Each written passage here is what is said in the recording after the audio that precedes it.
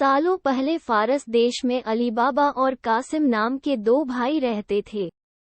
पिता की मृत्यु के बाद से दोनों भाई मिलकर अपने पिता का व्यापार संभालते थे। बड़ा भाई कासिम बहुत लालची था। उसने धोखे से पूरा व्यापार हथिया कर अली बाबा को घर से निकाल दिया। इसके बाद अली बाबा किसी बस्ती में जाकर अपनी पत्नी के साथ झोपड़ी में गरीबी की जिंदगी व्यतीत करने लगा। वह रोजाना जंगल जाकर लकड़ियां काटकर लाता और बाजार में उन्हें बेचकर जैसे कैसे घर का गुजारा चलाता था। एक दिन अली बाबा ने जंगल में लकड़ी काटते समय 40 घुड़सवार को वहां आते हुए देखा। सभी घुड़सवार के पास धन की पोटली और खंजर थे। ये देखकर वह समझ गया था कि ये सभी चोर हैं। अली बाबा एक पेड़ के पीछे छिपकर उन्हें देखने लगा। तभी सभी घुड़सवार एक पहाड़ के पास जाकर खड़े हो गए। तभी चोरों के सरदार ने पहाड़ी के सामने खड़े होकर बोला, खुल जा सिम सिम। इसके बाद पहाड़ में से एक गुफा का दरवाजा खुला। सारे घुड़सवार उस गुफा के अंदर चले गए। अंदर जाकर उन्होंने बोला, बंद हो जा सिम सिम, और गुफा का द्वार बंद हो गया। ये देख अली बाबा दंग रह गया। कुछ देर बाद वो दरवाजा फिर से खुला और उसमें से वो सभी घुड़सवार निकले और वहां से रवाना हो गए। अली बाबा ये जानने को बेताब हो गया कि आखिर इस गुफा में क्या है और वो सब यहाँ क्या कर रहे थे। इसके बाद उसने गुफा में जाने का फैसला किया।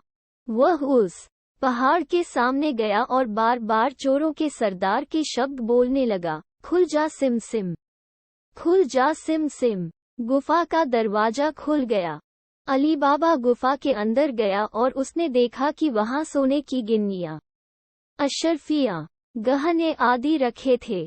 चारों तरफ खजाना ही खजाना था। ये सब देखकर उसकी खुशी का ठिकाना नहीं था। उसे मालूम हो गया था कि वो चोर सारा चोरी का सामान यहाँ आकर छुपाते हैं। अली बाबा ने वहां से एक पोटली में सोने की अशरफियां भरी और घर चला आया। घर जाकर अली बाबा ने इस पूरे किस्से के बारे में अपनी पत्नी को बताया। एक साथ इतनी सारी अशरफियां देखकर उसकी पत्नी हैरान रह गई और अशरफियों को गिनने बैठ गई। तभी अली बाबा ने बोला कि ये इतनी अशरफियां है कि इन्हें गिनते गिनते रात हो जाएगी। मैं गड्ढा खोदकर इन्हें छुपा देता हूँ, जिससे किसी को भी हम पर शक न हो। अली बाबा की पत्नी बोली, मैं इनकी गिनती नहीं कर सकती हूँ, लेकिन अंदाजे के लिए इन्हें तोल तो सकती हूँ। अली बाबी की पत्नी भागती हुई कासिम के घर गई और उसकी पत्नी से गेहूं को तोलने के लिए तराजू मांगने लगी। ये देखकर कासिम की पत्नी को उस पर शक हुआ। उसने सोचा कि इन गरीब लोगों के पास अचानक उनके पास इतना अनाज कैसे आया। वो अंदर गई और तराजू के नीचे गोंद लगाकर लाई और उसे दे दिया। रात को अली बाबा की बीवी ने सारी अशरफियों को तोला और तड़के सुबह उनका तराजू लौटा आई।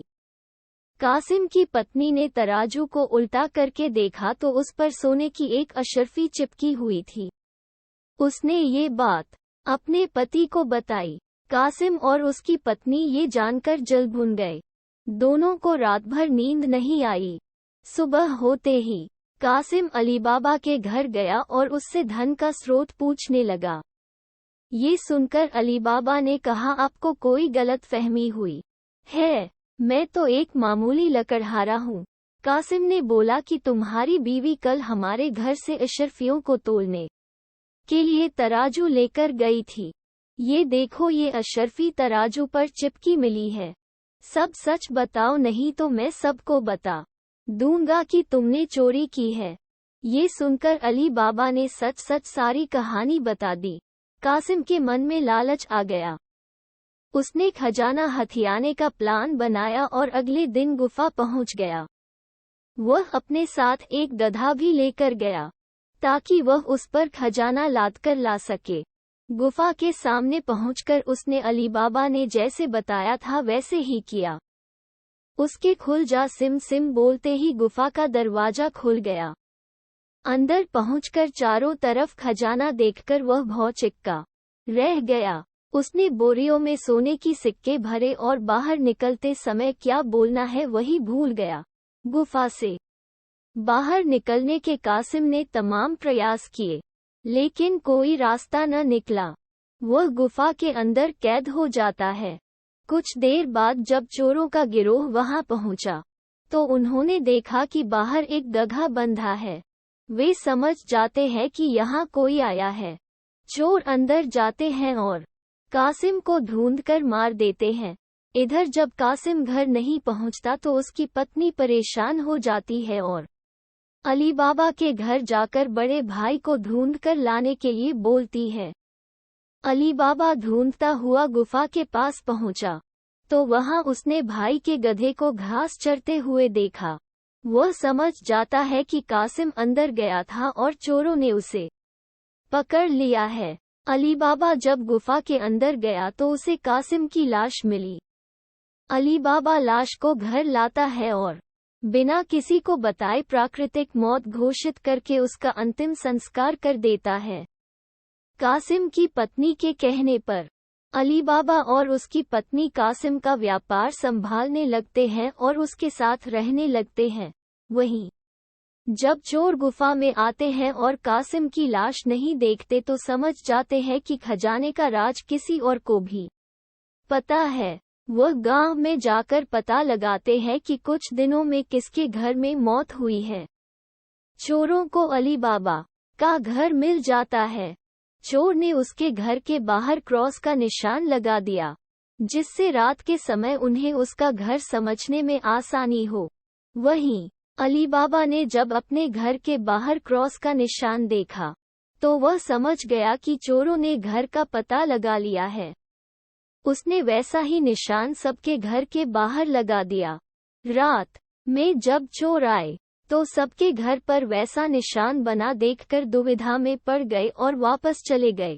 चोरों का सरदार चुप चुप बैठने वालों में से नहीं था।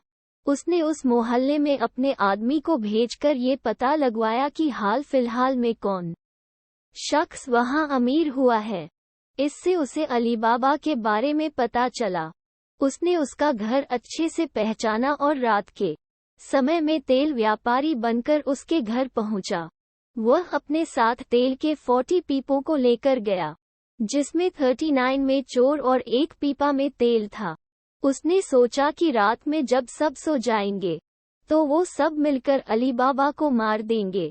उसने अली बाबा से दोस्ती की और रात को उसके घर पर ठहरने की इजाजत मांगी। अली बाबा ने उसको खाना खिलाया और रात को रुकने की इजाजत दे दी।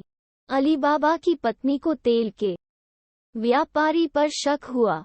उसने सारे पीपों को खटखटा कर देखा और वह समझ गई कि एक पीपा में तेल है और बाकी में आदमी है। उसने तभी एक तरकीब निकाली। उसने तेल वाले पीपे से तेल निकाला और गर्म कर बाकी पीपों में डाल दिया। सारे चोरों की मौत हो गई। रात में जब सरदार ने चोरों को निकलने का इशारा किया, तो एक भी चोर बाहर नहीं निकला। उसने पीपों को खोलकर देखा, तो सभी चोर मर चुके थे। ये देखकर वह इतना डर गया कि अपनी जान को बचाने के लिए वह तुरंत वहां से भाग गया। सुबह अली बाबा की पत्नी ने ये सारी बात अली बाबा को बताई, जिसे जानकर वह बहुत खुश हुआ। अब उन 40 चोरों के सारे खजाने का अकेला मालिक अली बाबा था। वह देश का सबसे अमीर शख्स बन गया था और खुशी खुशी अपनी बीवी बच्चों के साथ रहने लगा। कहानी से सीख: लालच मनुष्य का दुश्मन है। लालच करने से सब काम खराब हो जाते हैं। इसलिए कभी भी लालच नहीं करना चाहिए।